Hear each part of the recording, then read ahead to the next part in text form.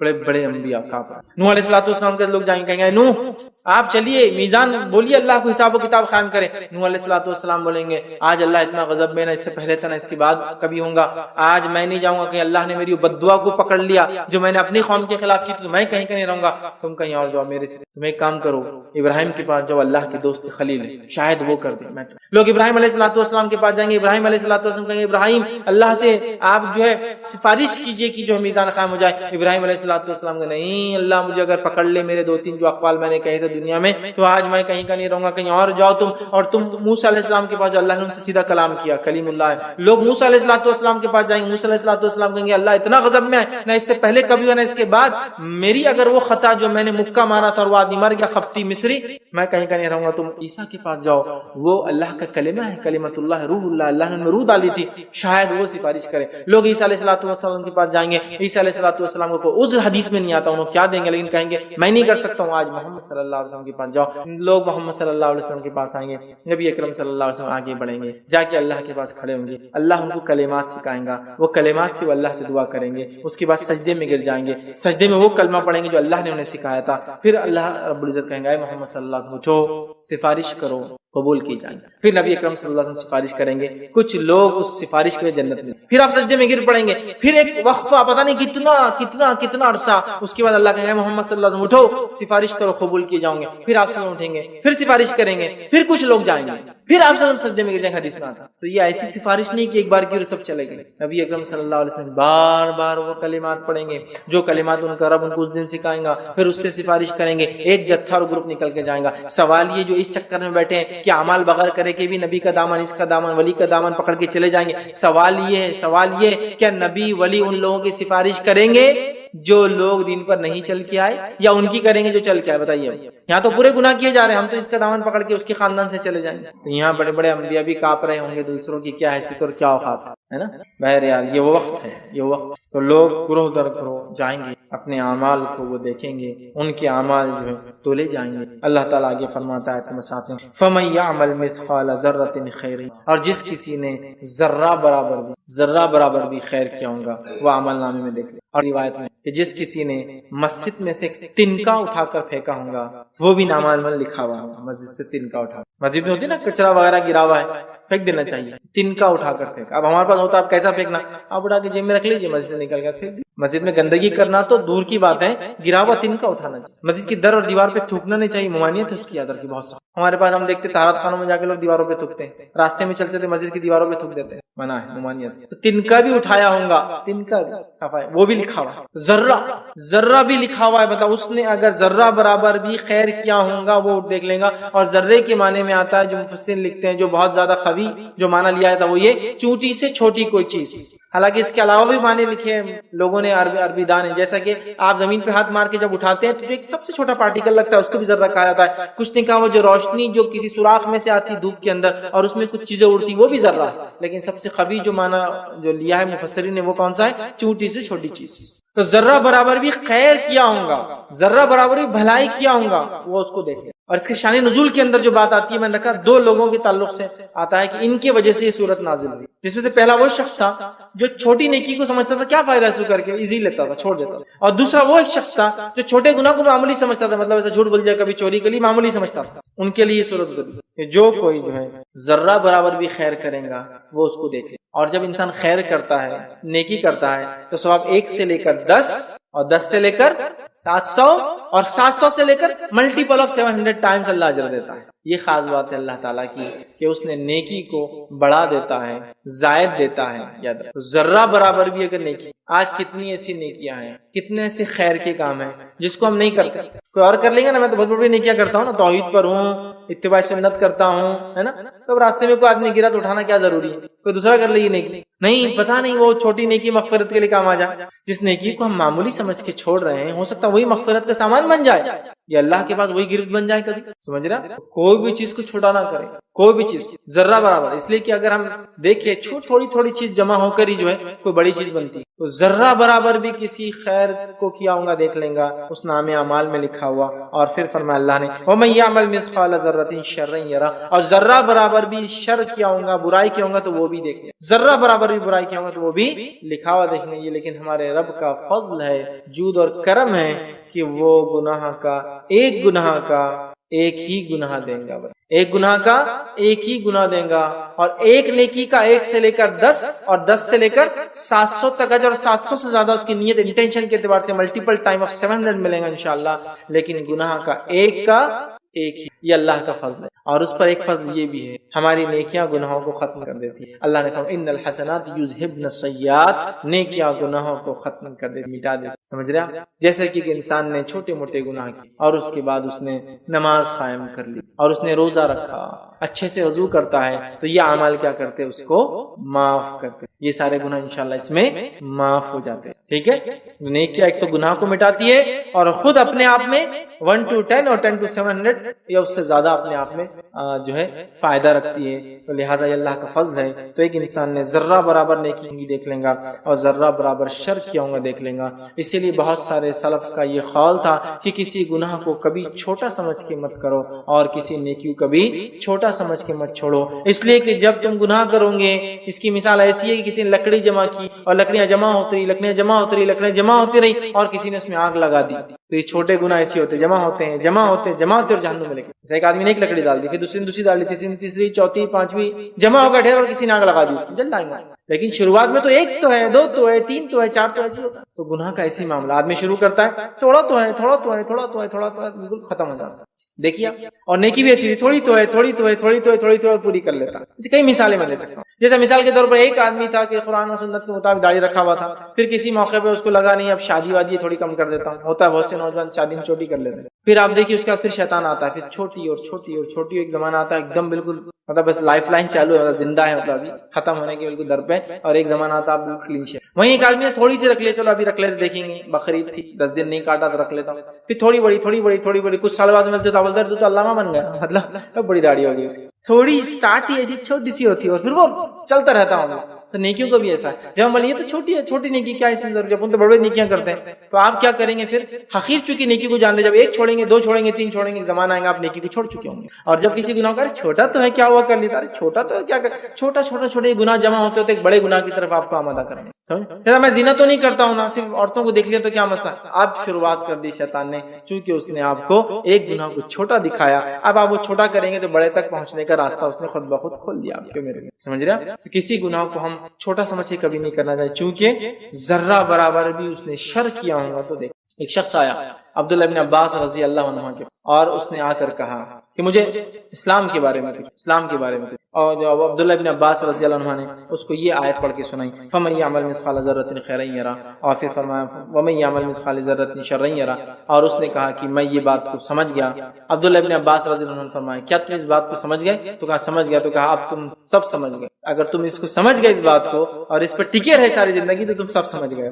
بہت زیادہ سمجھانے کی ضرورت نہیں کہ ذرہ برابر بھی نیکی کرو گے تو مل جائے گا، ذرہ برابر بھی شر کرو گے گناہ کریں گے تو اس کا بدلہ مل جائے گا. اب آدمی ہر کام سے پہلے یہی سوچے، ہر کام سے پہلے کسی کی زمین ہتھیانا ہے، ذرہ برابر کا بدلہ ملے گا تو یہ تو اتنی بڑی زمین ہے. حدیث میں آتا ہے 1 بالی زمین کسی نے ماری تو 7 زمینوں کے برابر وزن گلے میں لٹکا دیا جائے گا. ارے نہیں کرنا، نہیں تیسری تو لے رہے کیا جا رہا ہے 1 انچ 2 انچ، ذرہ کی بات ہو رہی ہے. نہیں تو ذرہ پھر اتنی اور اتنی، اور یہ سوال ہی نہیں آتا. نہیں تو نہیں. اور ذرہ برابر نیکی کی ہوں دیکھ لیں گا تو آدمی کبھی نیکی کو نہیں چھوڑے گا، چاہے کچھ بھی ہو، کچھ نہ کچھ کر کے نیکی کریں گا. نہیں کرنا چاہیے. اور جب وہ تھوڑی نیکیاں کرنے لگیں گا وہ بڑی نیکیوں تک آسانی سے انشاءاللہ پہنچ. اور جب تھوڑے گناہ کرنے لگیں گا تو اللہ رحم کرے بچائے وہ بڑے گناہوں تک. سمجھ رہے ہیں؟ تو یہ بڑی اہم چیز ہے یاد رکھیں. جو اس قرآن کے اس سورے کا جو پیغام ہے نا سورۃ الزلزال کا، وہ ہے ایک تو آخرت کا تصور یاد دلائے. سورت میں تم کو اٹھنا ہے گروہ در گروہ تم اللہ کے پاس حاضر ہوں گے اور تم جنت اور جہنم میں گروہ در گروہ جاؤں گے.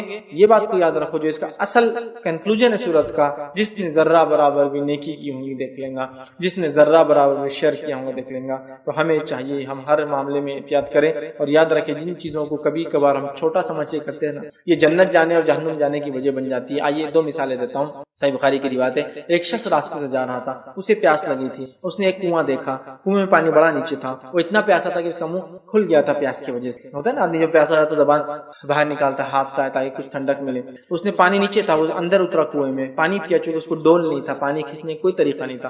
جب وہ اوپر آیا دیکھا ایک کتا ہے, زبان باہر نکلی ہے, ہانپ رہا ہے, اور اس نے سوچا یہ ویسے ہی پیاسا جیسے میں پیاسا تھا, پانی کیسے لانا, ڈول بھی نہیں, سمجھ رہا. اور کتا کوئی اتنا سمجھدار جانور نہیں کہ اٹھا کے اندر لے جا سکتے, لے گئے تو لائیں گے کیسا, لاجیکل نہیں. وہ اندر اترا کنویں میں. اترنے کے بعد اس نے اپنے جوتے کو اتارا, جوتے میں پانی لیا, جوتے کو منہ میں پکڑا, اوپر لا کر کتے کو پانی. کتا نجس عین ہے, اس کا بیچنا, اس کی جلد, اس کی چمڑی, سب حرام ہے. اس کی تجارت کچھ نہیں کر سکتا, لیکن اس کے بعد بھی وہ اللہ کی مخلوق ہے نا. پیاسا تھا, پانی پلایا, اللہ نے اس کے عمل کی وجہ اس کی مغفرت کر دی گناہ. دوسری روایت میں آتا ہے کہ ایک فاحشہ عورت تھی. لیکن ایک بات یاد رکھیں, ان تمام روایتوں میں یہ لوگ توحید پڑھتے ہیں, توحید کے بعد تمام ان سے گناہ ہو رہے ہیں. فاحشہ عورت تھی, توحید پرست تھی, لیکن کیونکہ توحید کے بغیر مغفرت ہوتی نہیں کسی. یہ بات بالکل آپ لکھ لیے, مطلب یہ کبھی بھی ایسا کچھ آتا نہیں مغفرت ہوگی. تو توحید پرست ہی تھا, گناہ گار تھا. فاحشہ منہ کالا کرتی تھی لوگوں میں. اس نے ایک بار ایک کتے کو پانی پلایا. کیسے پانی پلایا؟ یہ کتا پیاسا تھا اور اس نے اپنی اوڑھنی نکالی, جوتے کو باندھا, کنویں میں ڈال کے پانی نکال کے پلایا. اللہ کو ادا پسند آ گئی اس کی مغفرت کی, لیکن وہ توحید پرست. دوسری کی روایت بخاری کی, ایک خاتون تھی, ایک عورت تھی جس نے ایک بلی کو پکڑ کے اپنے گھر بند کر دیا, نہ خود کھلایا نہ اسے چھوڑا کہ وہ جا کر اللہ نے جو اس کے لیے رکھا ہے رزق کھائے. بلی مر گئی, اللہ نے اس کو جہنم رسید کر دیا. تو یہ دونوں اعمال چھوٹے دکھ رہے نا ہمارے زندگی کے روٹین کے اعتبار سے. وہ کتا پیاسا تھا, ہم پانی پلائیں گے اس کو, بس چلے تو پتھر اٹھا کے ماریں گے ہم اس کو. پانی پلانا تو سیکنڈ سوچ بھی نہیں ہماری.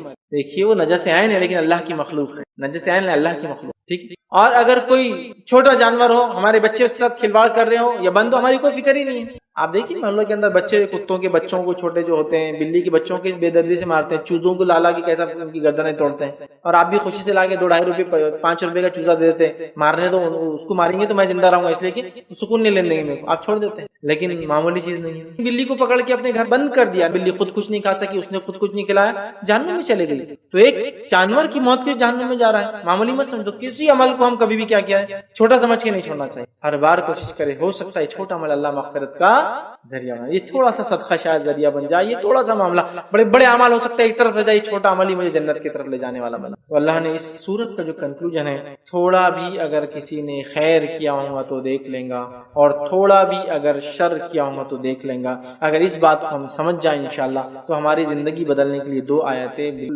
بالکل کافی. کہ اب ہر چیز سے پہلے سوچنا ہے, ذرہ برابر بھی نام عمل میں آنے والا ہے تو اب لکھانا ہے اپنے کو, اور ذرہ برابر گناہ بھی آنے والا ہے تو یہ اپنے کو لکھانا نہیں ہے. اگر ہو گیا ہے تو وائپ آؤٹ کرانا ہے, مٹانا ہے فرشتوں کو. اور وہ کیسا, ان الحسنات یذہبن السیئات, نیکیاں کرو, نیکیاں گناہوں کو مٹا دیتی. سمجھ رہا بات, نیکیاں گناہوں کو مٹا دیتی ہیں. عمر ابن خطاب رضی اللہ عنہ مسجد نبوی موجود ہے, ایک شخص بھاگا آیا, بھاگتے ہوئے آیا, کسی نماز کے وقت, روایت میں الفاظ نہیں ہے اور کچھ میں ہے, میں بھول رہا ہوں وہ کیا ہے. بھاگتے آیا اور کہا کہ میں تو ہلاک ہو گیا, برباد ہو گیا. عمر ابن خطاب رضی اللہ عنہ نے کہا کیا ہوا, کیا ہلاک ہو گیا, کیا برباد ہو گیا, کیا ہو گیا معاملہ, ٹھیک. تو کہا میں خاتون کے پاس گیا, عورت کے پاس گیا, میں نے زنا چھوڑ کے سب کچھ کر لیا اس کے, اب میری کیا سزا ہے. تو کہا یہ تیرے اور تیرے رب کے بیچ کا معاملہ ہے, ڈسکلوز کیوں کر رہا ہے, توبہ کر لے. وہ نہیں مانا, وہیں رکا رہا. پھر نبی اکرم صلی اللہ علیہ وسلم کے پاس گیا, کہا کہ میں نے ایک عورت سے زنا چھوڑ کے سب کچھ کر لیا. آپ صلی اللہ علیہ وسلم خاموش رہے. پھر وہیں رہا. پھر اگلی نماز میں آپ صلی اللہ علیہ وسلم پھر آگے کھڑے ہو گئے, کہا میں نے ایسا کیا, سزا سناؤ اس کی, پنشمنٹ چاہیے مجھے اس کی, مجھے گناہ وائپ آؤٹ کرنا, مٹانا ہے. پھر خاموش, کوئی جواب نہیں دیا. پھر اگلی نماز تک پھر رکا رہا. سب نے کہا کہ تیرے رب کے بیچ گناہ, معافی مانگ. کھڑا رہا. نبی اکرم صلی اللہ علیہ وسلم فرمایا, تو آیا میرے پاس, تو نے وضو کیا, تو نے نمازیں پڑھی ہمارے ساتھ, انشاءاللہ یہ نمازیں وغیرہ اس گناہ کے معافی کے لیے کافی. سمجھ, اس لیے کہ حسنات تو کر رہا ہے نا اس گناہ کے بعد, تو وہ کیا کرتے ہیں, سیئات گناہوں کو. سمجھ رہا بات, ایسا بہت ساری بار ہوتا ہے. لیکن یقیناً یہ روایتیں ہمارے لیے دلیل نہیں ہے گناہ کرنے کی کہ ہم وہ گناہ کریں اور پھر نماز پڑھیں. یہ ہو جائے تو اس کا حل دیا جا رہا ہے. اور یہ مفہوم تھا حدیث کا جو میں نے آپ کے صحابہ کہہ رہے چلے جا, آپ سے نہیں کہہ رہے نا کچھ تو چلے جا, نہیں ہوگی سزا, نہیں رکے رہے, اڑے رہے. سمجھ رہے. تو گناہ انہوں نے کیا تھا, وہ نہیں چاہتے تھے گناہ میرے ساتھ ہمیشہ کے لیے رہے, اس کو مٹانا چاہتے تھے. طریقہ اس لیے میں نے کہا نماز وضو وغیرہ بھی ہمارے گناہوں کو ٹھیک ہے، تو کسی گناہ کو ہم معمولی سمجھ کے نہ کریں اور کسی نیکی کو معمولی سمجھ کے ہم نہ چھوڑیں. اگر یہ ہم سمجھ جائے تو زندگی انشاءاللہ ہماری بدل سکتی ہے. ہر چیز کے کرنے سے پہلے ہم سوچ سکتے ہیں کہ ذرہ بھی نام اعمال میں لکھا جانے والا ہے. جیسا جو لوگ اب تو گورنمنٹ جاب نہیں ہوتی ہے لیکن گورنمنٹ جاب پر تھے اور ان کی وہ گڈ بکس بنتی تھی نا، کتابیں بنتی تھی، ان کا بڑا باس لکھتا تھا بہت اچھے اسسٹنٹ ہے میرے یہ، تو کہا ہاں بس اپنا تو آگے کا پروموشن کا معاملہ طے ہو گیا. اور وہ لکھ کے چلے جائے بہت ہی ناکارا، نا ہے، نالا ہے، فلاں فلاں، تو پھر اس کو دعوت دو، چاپلوسی، پہلے بول دیتا تھا لکھنے والا ہوں میں، تو پھر دعوت دو، چاپلوسی کرو، فلاں کرو، اس کے بعد بھی کچھ تو بھی غلط لکھ کے جاتا تھا. وہ ریکارڈ بک آپ کے لائف ٹائم کی اچیومنٹ پر، آپ کے پینشن پر، آپ کی سروس پر پورا ایفرٹ کرتے ہیں نا. تو اسی طرح نام اعمال بھی تیار ہو رہا ہے. فرق یہ کہ ہم اس کو دیکھنے لیکن تیار ہو رہا ہے. تو میں بھی چاہوں گا میرے گڈ بکس پورا، میرا ہر چیز، میرا نام اچھی کتابوں میں سے، ہم اس کو مٹا سکتے اپنے گناہوں کو. تو ہر کام کرنے سے پہلے یہ سوچیے کہیں یہ چھوٹا گناہ ہے لیکن کہیں اس میں تو نہیں آ رہا ہے کہ میں چھوٹا سمجھ کے کر رہا ہوں، اس لیے کہ پھر اس میں بڑے کی طرف جا سکتا ہوں اور کسی نیکی کو میں چھوٹا سمجھ کے نہ کروں. انشاءاللہ اگر ہم یہ کریں گے تو ہم حقیقت میں یاد رکھیں دین اور اسلام کے پیغام کو سمجھیں گے. وہ یہی ہے کہ کسی چیز کو ہم چھوٹا سمجھ کے عمل کو نہ چھوڑے کبھی، اور کسی گناہ کو چھوٹا سمجھ کے ہم نہ کریں.